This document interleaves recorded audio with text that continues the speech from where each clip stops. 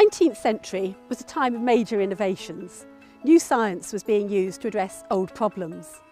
One of the perennial problems, of course, was how to manage and deal with the poor. One solution was the workhouse, and today we're outside Tregaron Hospital, which used to be Tregaron Workhouse. We're going to have a look at what people actually ate in the workhouse and the food that was made for them.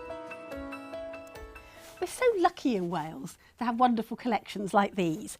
These archives are part of the collection from the Aberystwyth Workhouse. And this isn't like Oliver Twist. This isn't just gruel, although gruel and porridge are on the menu. There's all sorts of things here which we really can have the chance to explore using these documents and others like them. So we can go through the lists which are given to us and see the actual daily diet, the actual meals that people ate. In fact, we could probably make some kind of shopping list and go and recreate their very diet just to see what people lived on. The workhouse diet was supposed to be the same all over the country, but in fact it was based on best value. The best value meant looking for something that was cheap, that was nutritious, that was easily available. So, for instance, herring in Aberystwyth was the thing to go for.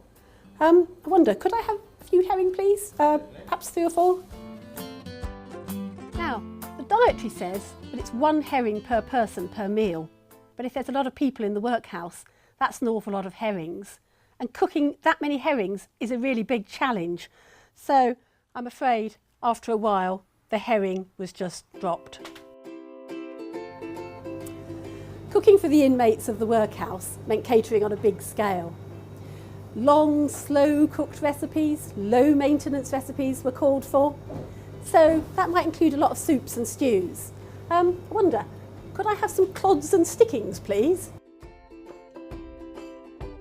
I'm back from the butcher's and I've used my clods and stickings to make this soup. This is the exact soup that was made in Aberystwyth Workhouse in 1884. Here's the recipe that I've used from a book from the time. As the years progressed, perceptions about the workhouse changed. People stopped thinking that it was a place where people too lazy to work would be kept and made to work, and they realised that it was a place where people unable to work should be supported. And with that change went a change in diet. Better food was introduced, and a wider range of food. So puddings, sweet puddings came in, and cake, and currants. It may be that some of the workhouse recipes will seem strangely familiar to you. Suet pudding, roly-poly, tapioca, sago. And that's for good reason. The workhouse dietary actually was used as a template for institutional cooking for a lot of the 20th century. So if perhaps you had school dinners back in the 50s and 60s, it could be that those were recipes not unfamiliar to people in the workhouse in the early 20th century.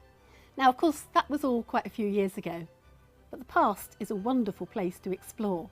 So if you want a taste of the past, a true taste, why not come and look in the archives?